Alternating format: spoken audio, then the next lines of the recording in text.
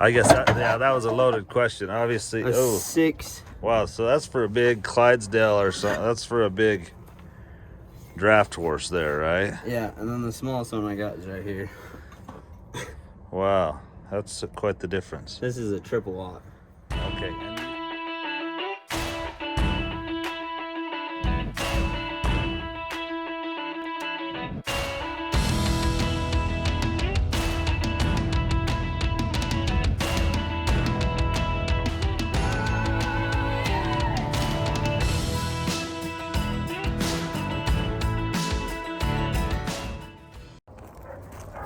Good morning, farm friends. I'm super excited about what's going to happen today.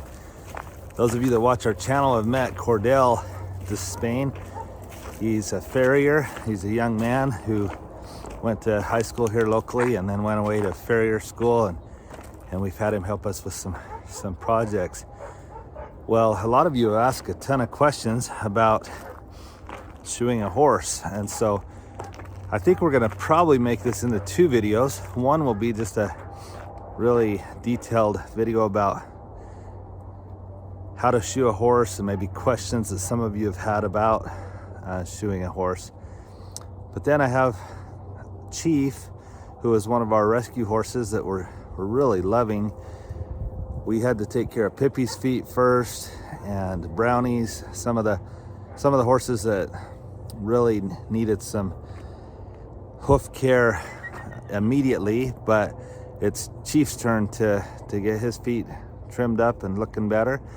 And then we got a little surprise that we told you about on the live, and this little surprise is a lot different than how the auction had described him to me, but he definitely needs some hoof care. He's in serious need of some help with his feet. So anyway, come along today and maybe tomorrow or the next video, and let's learn what we can about shoeing a horse, and let's rescue our little pony that we got. His feet are so bad and he needs some TLC. So enjoy this fall morning as Kordale comes to the farm.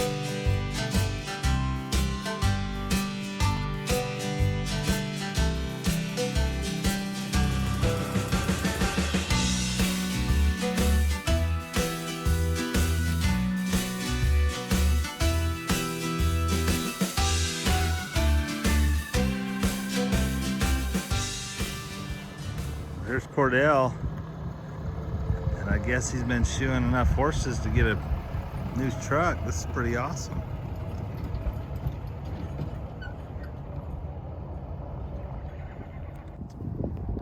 Well, let me introduce you to the little surprise that we brought home from the auction. I got a call that there'd been a little pony, is how they described it, bought at the auction, wondered if I wanted it. They know I rescue horses. And they said that this little horse had some long feet, and so no one was bidding on him really. He went for not very much money, but long feet is an understatement. It's crazy. And they also told me he was a stallion, which he's not. And then before I got there, they said, hey, he's crazy out in the alleys. He's just running everywhere and he's kind of crazy. Well, we went out there thinking Blake went out there with his friend Zane. Some of you have watched the video. Picked up this horse, and he's not crazy and he's not a stallion. But I do think he's blind in one eye. See if I go towards him right here. There's nothing. He's got something going on. So I'm gonna have to get the vet out and see if it's an infection or if it's a permanent blindness. On this side, on the other hand, he can see, and so he's a little nervous. But Kordale here is gonna work his magic, and we're gonna try to get this pony healthy enough to get him to a good home. And who knows? I think he's an older pony, probably 18 years old. So I'm sure he was broke to ride at some point, but he's sure been neglected. His poor eye needs help. Hopefully we can get it some help, and hopefully we can, I know Kordale can make his feet look better and start getting them healthier. So let's see how this goes. Well, Kordale, that truck's looking pretty dang good. Yes, sir. You just bought it yesterday, right? Thursday. Thursday. Yeah. That is so cool. Well, I'm happy for you. Yeah, thank you. A young man with a job and a truck. It doesn't get much better. Now you just need a wife. Yeah, I guess so. Then you have to sell the truck and get a minivan. Yeah. Well, Kordale's gonna get started here on Chipper. She's our old faithful horse that we love. She's 20 years old, and we try to keep her feet maintained and looking good. But she does have one of her hooves in the front that always splits if we don't keep shoes on her. I don't keep shoes on most of my horses. If they can go barefoot, it's actually better for them and for me. It's cheaper for me and better for them if they can maintain a hard, healthy foot without needing shoes. But we put shoes on her front end just to keep them healthy. So we're just gonna watch Kordale on this one, and I'll ask him some questions, and it may answer some of the questions you've had. All right, so what you doing here, Kordale? Just pulling the shoes off. Okay, so did she have shoes on both? I think she had just on one, She right? lost that one. Okay, so eventually shoes will normally fall off as they get too long. But if there's still shoes on, his first job is to pull the shoe. So I missed that because I was talking here, but it doesn't take much to pull a shoe. So he just gets her to pick up the foot, and then he rests her hoof in between his knees there. If you think of anything you're doing that you think people might be interested in, feel free to tell us. Otherwise, I may ask you questions. So what I'm doing right here is paring out the sole. What did you call it? Paring out? Yeah, well, Just kind of exposing it, or is that just cleaning out some excess stuff? I'm taking all the dead sole out, and then I'm getting it down to where I can trim it, and it gives me an estimate on where I can trim it. Sometimes I'll just go like this, pare them out like this. Okay. Now that's that one I was cutting it out. Now this is paring it. Sorry. okay. Well, that's one of the number one questions that we had on one of our videos. Kordale's the one that trimmed Pippi for us, and he's done some of our other horses. Anyway, one of the questions is, how do you know how far to go? You get into your waxy, like, watch. So after I flake out all this dead, it starts getting waxy on us, see? And then I usually just go down to I just use my point of my frog, or my apex of my frog, to see where I go low. Okay, the frog is that triangle. Yeah, this is the frog. I wonder who named it a frog. That's kind of weird. I don't know.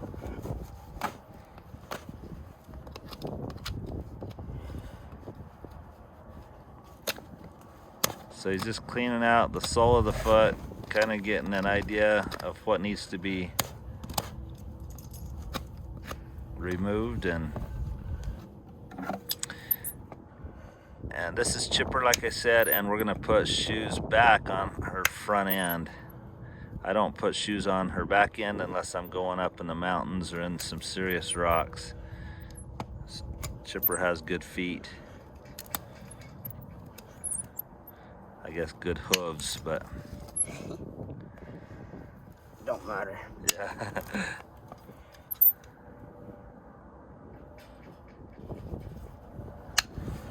Another question people ask us, because there's people that know horses and there's people that don't know horses that watch our channel. Yeah. What do you charge to trim and to shoe and? Well, so my prices just went up. Because of all of our video. No, just kidding. No. I'm giving you a hard time. Because of the economy. Yeah, because fuel costs more just to drive wherever you're going. Yeah, and someone got to pay for that new pickup. That's true.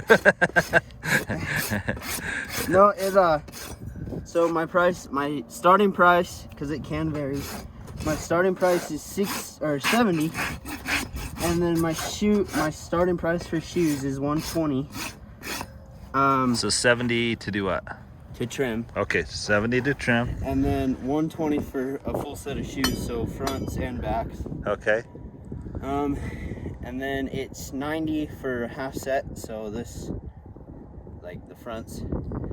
And then if I have to put any like corrective shoe or something like that on it, then the price up. can go up from there. Or if one's fighting me too bad, they call it a troublemaker fee. Okay. It can go up, and then what's that? Oh, the drugs, if I have to drug them and I use my drugs. Okay. That sounds bad, but yeah, my drugs. Then I'll charge you for the tube. So if you've paid for the sedation paste, obviously they have to pay you back for it. Yes, sir. Yeah. So troublemaker fee, I didn't charge you that when you were in high school, so.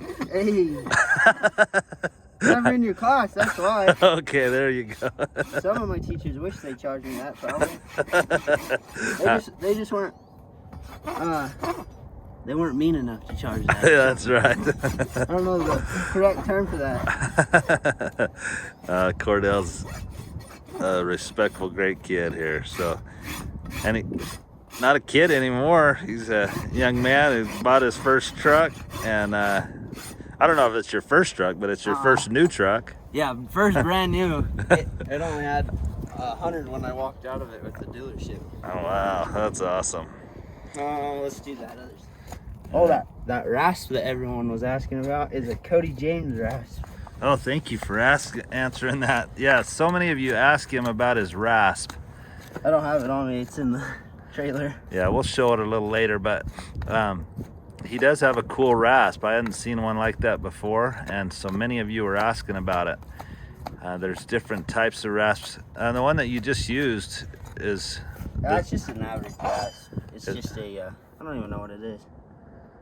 Okay, so that's just... The healer rasp, but it's just a normal rasp. Okay. So that's what most of us are accustomed to seeing. So when they saw that Cody James rasp, they were like, what in the heck is that thing? Yeah. They really liked it though. One guy said he's never seen professionals use it. Oh really? Yeah. I don't know if I'm a professional, but... Hey, when you're charging, you're professional. Yeah. Yeah. And when you've been to school to learn how to do it, you're a professional. So, which rasp do you prefer? I really like that Cody James rasp for leveling, and also when it's really dull, so I was having to just. Yeah.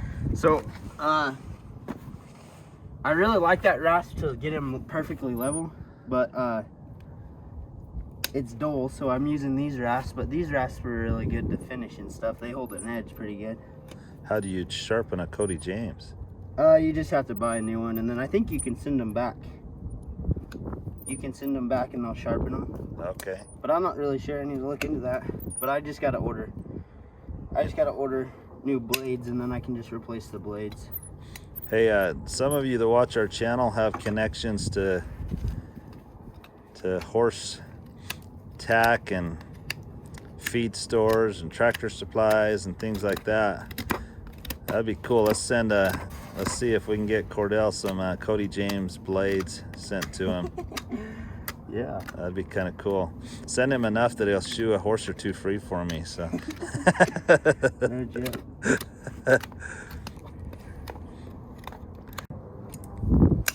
Kordale was just saying last time he shoot, some of you made some comments, and there was someone from California, and Vicky answers a lot of the comments, and sometimes we can't even keep up with all the comments. And but anyway, one of you from California that has a winery said that maybe you'd have Kordale come out to California and shoe her winery horses. I don't know what a winery horse is. I think they're just your horses. They're horses that drink wine, I guess, or something. But anyway, Kordale was like, hey, that would have been a fun experience. So if you're watching this again, why don't you contact Kordale and get him to go out there. We'll put Kordale's contact information on the video and in the description of the video, so any of you that want to contact him to shoe your horses, but probably only serious inquiries. He's busy enough. He can't. Yeah. He can't take every client, and especially with the cost of fuel, going too far is gonna be tough for you and him. But he'd be up for an experience like going to California and shoeing some horses if you're able to pay his travel or something. So.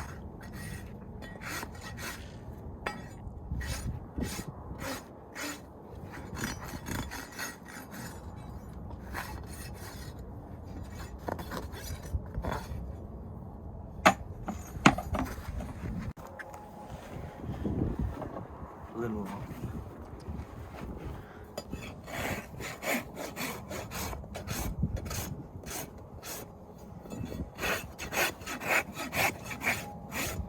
And getting it level, it's just a lot of practice, I guess.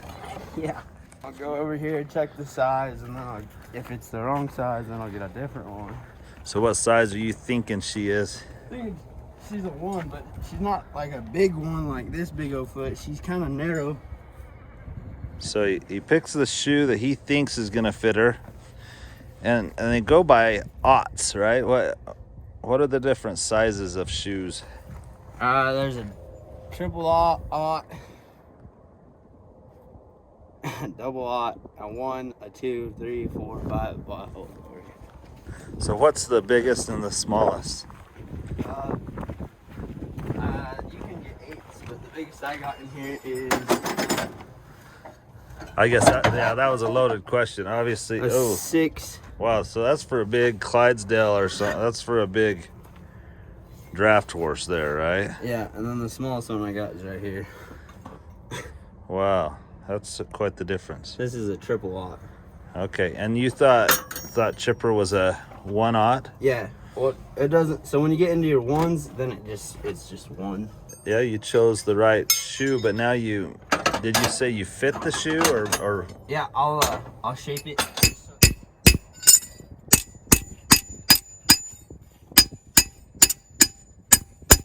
So those of you that have watched before when Kordale's come to shoe, there's cold shoeing and hot shoeing. And today we're just gonna cold shoe, I assume. Because he showed the process of hot shoeing, and it's pretty awesome, but it takes a little longer, and I don't want to take his whole Saturday, so that's why we got an early start. But it's kind of cold this morning. No, it's not bad. I'm sweating now. You're sweating and I'm still freezing. You can tell who's doing the work.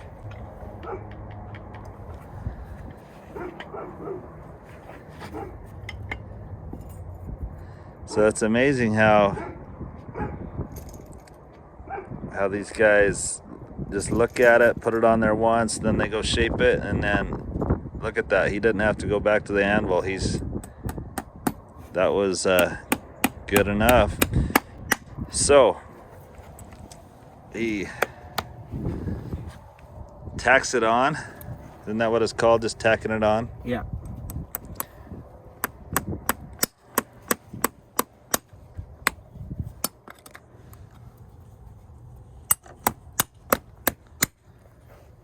and that's just to kind of hold it in place, and then you can shape the. Now if you look real close, see that the nail's coming out there, and he bent it over so it's not going to fall off. But some guys will ream it. They'll twist the top of it. They'll twist it off right here. Yeah. I don't know. Yeah. I just don't ream it because I don't know. That's just the way it works for me. So I just do it like that. Yep, everyone does it their way.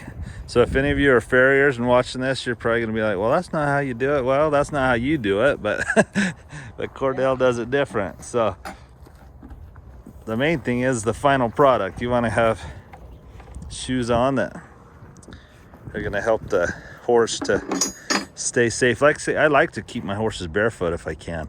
If they have good feet, it's cheaper for me, and it definitely doesn't hurt them.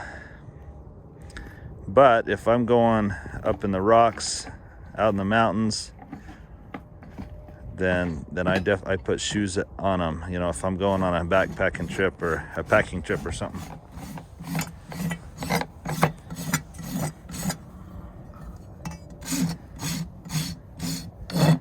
So now that the shoe's in place, he can kind of shape the hoof to the shoe.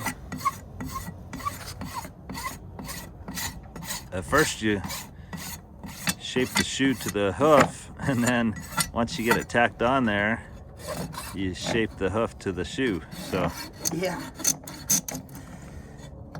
it's just, we got a little horsey pedicure going on her. It'll just look so much better. And like I say, Chipper has a hoof that splits in the, yeah, I can see it's the other one, but it splits if we don't put shoes on her. I keep shoes on her front end just so that she's always staying healthy and sound.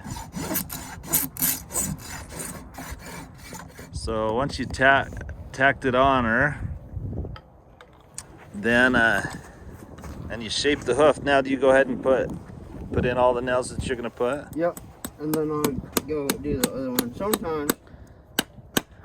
Sometimes I'll just tack both of them on, clean them. But this, I don't know. I just do it this way today.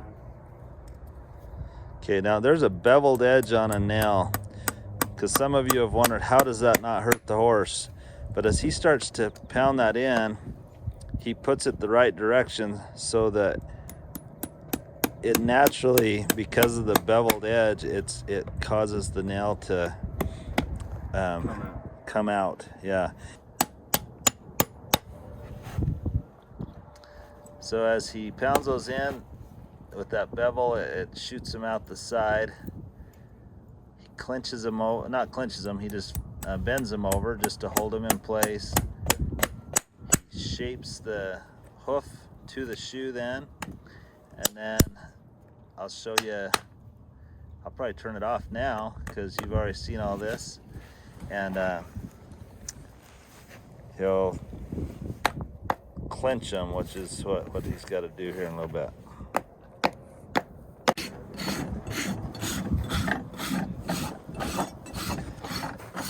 Let me show that split real quick. See that split on her? It's just a natural split that if I leave shoes off of her, it splits way up, and I'm afraid it'll hurt her. So anyway, that's good. Thanks, Kordale. So I just, she's the only one we'll put shoes on today.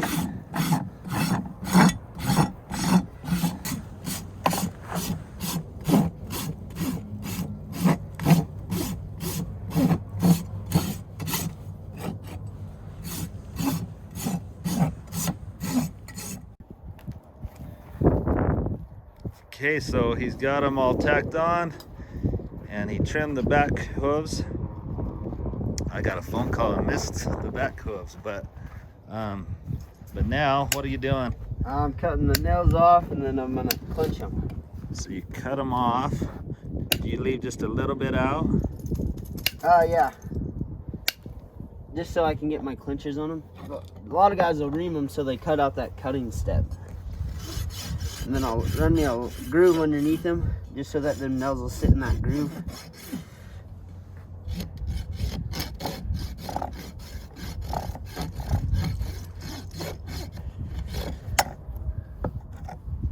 Now I'll take my clinchers. That just bends the Bends nail them. over really tight, right? Yep. Puts it in that groove so it can't come out. Which it'll come out, but it'll hold it. Man, that looks so good.